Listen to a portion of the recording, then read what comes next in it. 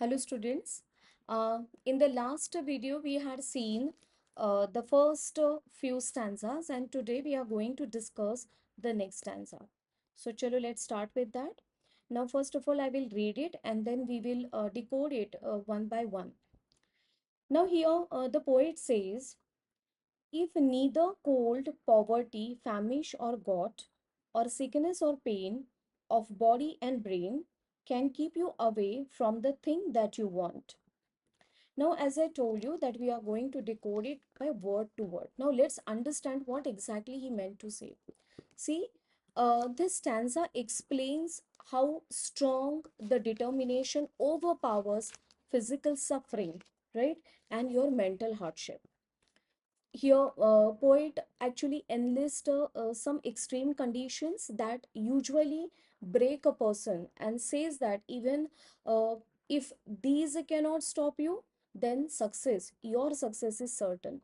So let's understand each word and condition in depth, especially that how does it affect our mind and our body. Okay, so the first word was actually cold, right?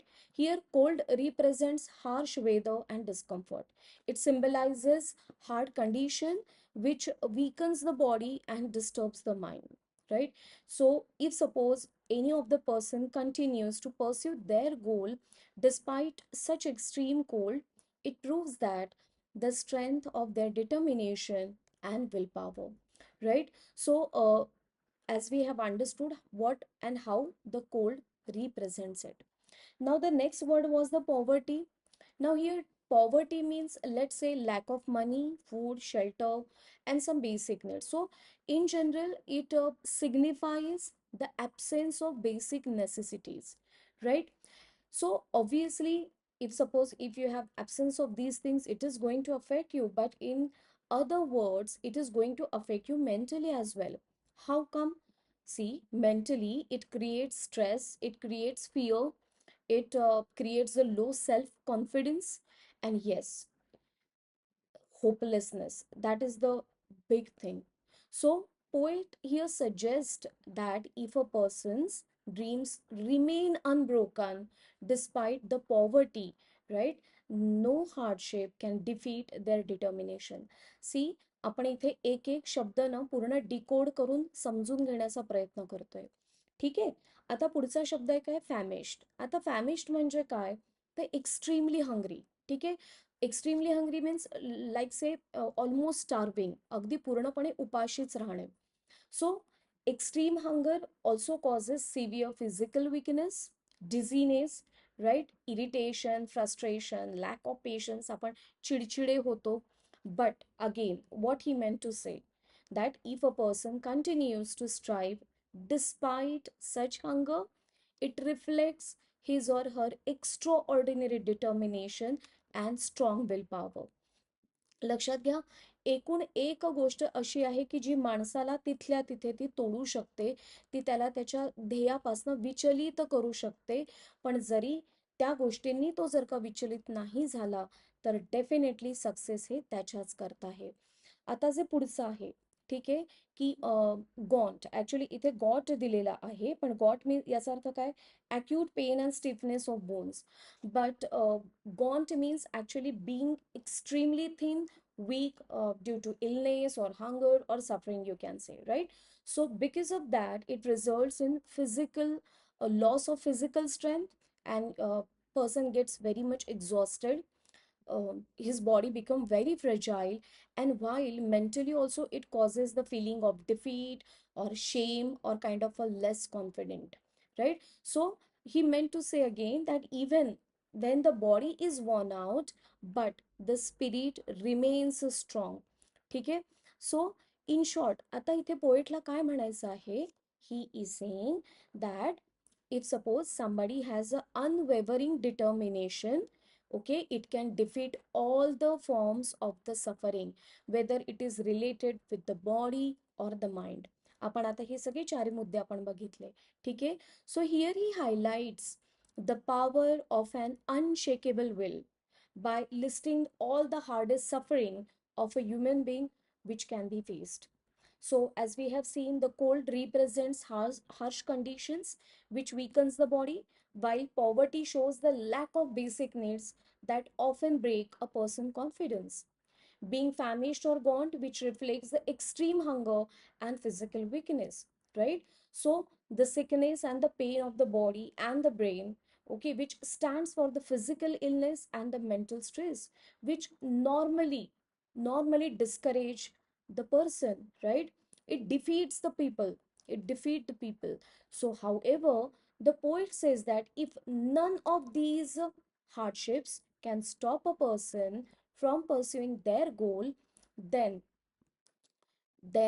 such determination is unstoppable, right? So true success belongs to only those people who desire remains firm even when the body suffers, right? When the mind is tested at every time. So strong determination can overcome even every physical hardship and mental struggle. So I hope that you have understood the meaning of this particular stanza. Hmm? Now let's move to the next stanza. What he's saying, it's just only two lines, right? If dodged and green, you besiege and beget it. With the help of God, you will get it. So before moving forward, for this particular stanza, let's just understand first that in these two lines now, two figures of speeches are there. If you just see, if dodge and green, you besiege and beget it, okay. First of all, you will see the alliteration, that is the sound of a B is repeated over there, and the next figure of speech is a tautology. Okay, आता इथे tautology का कारण dodged and green, right? They have the same meanings, means kind of is as if it is not given about the dodged, but yes, it is to be being very stubborn or unyielding at that time. Got it? म्हणजे तुम्ही अतिशय कसे असतात, dodge याचा अर्थ you are a determined and a persistent, okay. You have the not giving up attitude very easily. And in other way, if we just see the green word, green means very serious and determined, right? So it means that both the words have the same meaning, and that's why it is a tautology. Now with the last line, with the help of a god you will get it, we will see the another figure of speech over there, that is the inversion, right? So whatever the normal order has, it is needed to be there, okay. That normal order is rearranged. Then what is the correct order? The correct order is with you will get it with the help of God. So the words are rearranged, and that's why the last is a inversion. Now let's understand what exactly this stanza says. Hmm? Okay. आता इथे अजून एक शब्द आहे की बिसीज. बिसीज याचा अर्थ काय? Whenever something is surrounded in kind of in order to capture something, okay, for that we are using the word besiege. And besiege means which is attacking something, right, from all the sides. For that we are using the word besiege. So here it means that there might be some challenges or obstacles in your way, which will be continuously, it will be coming from all the sides, right?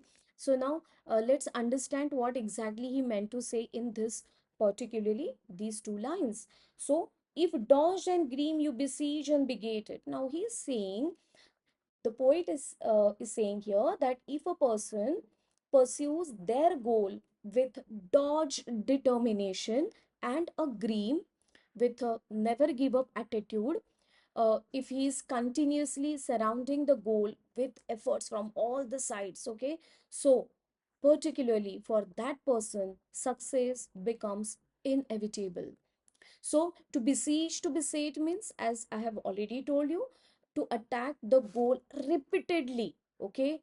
Means जरी ते कितीही problem येत असला तरी तुम्ही repeatedly you should be very consistent you should be very consistent, sorry, just to continue your efforts.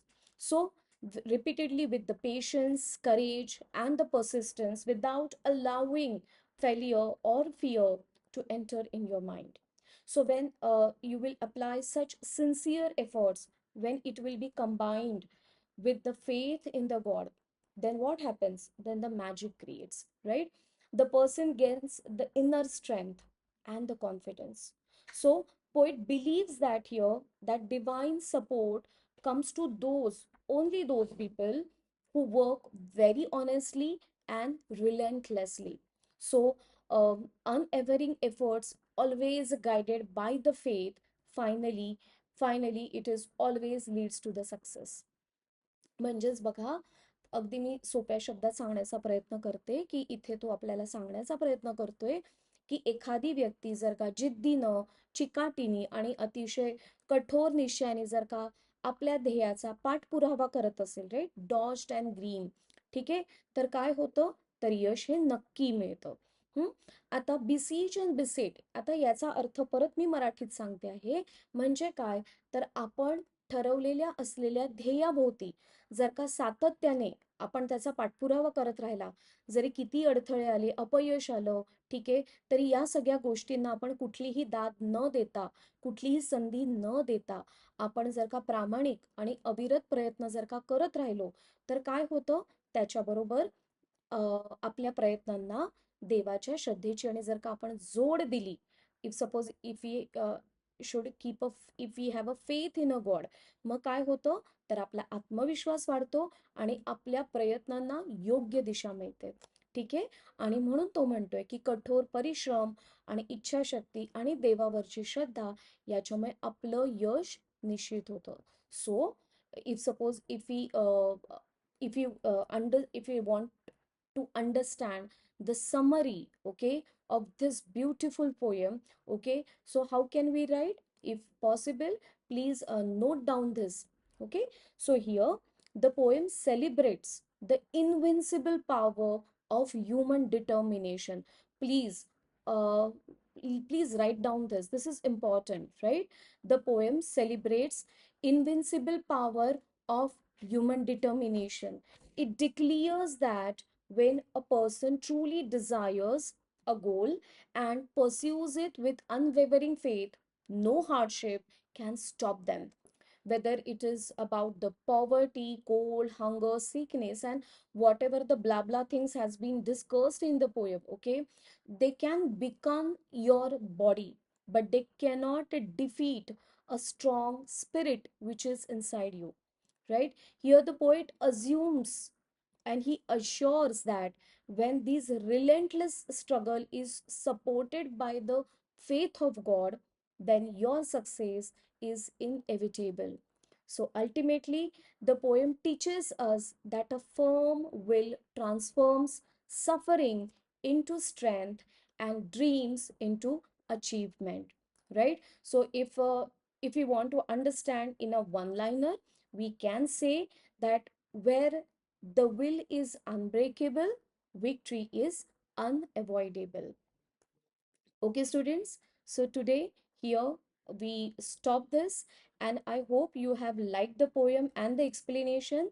If suppose if you want me to explain this properly in a Marathi as well, so please comment below over there so we can make the video in a Marathi as well. Thank you.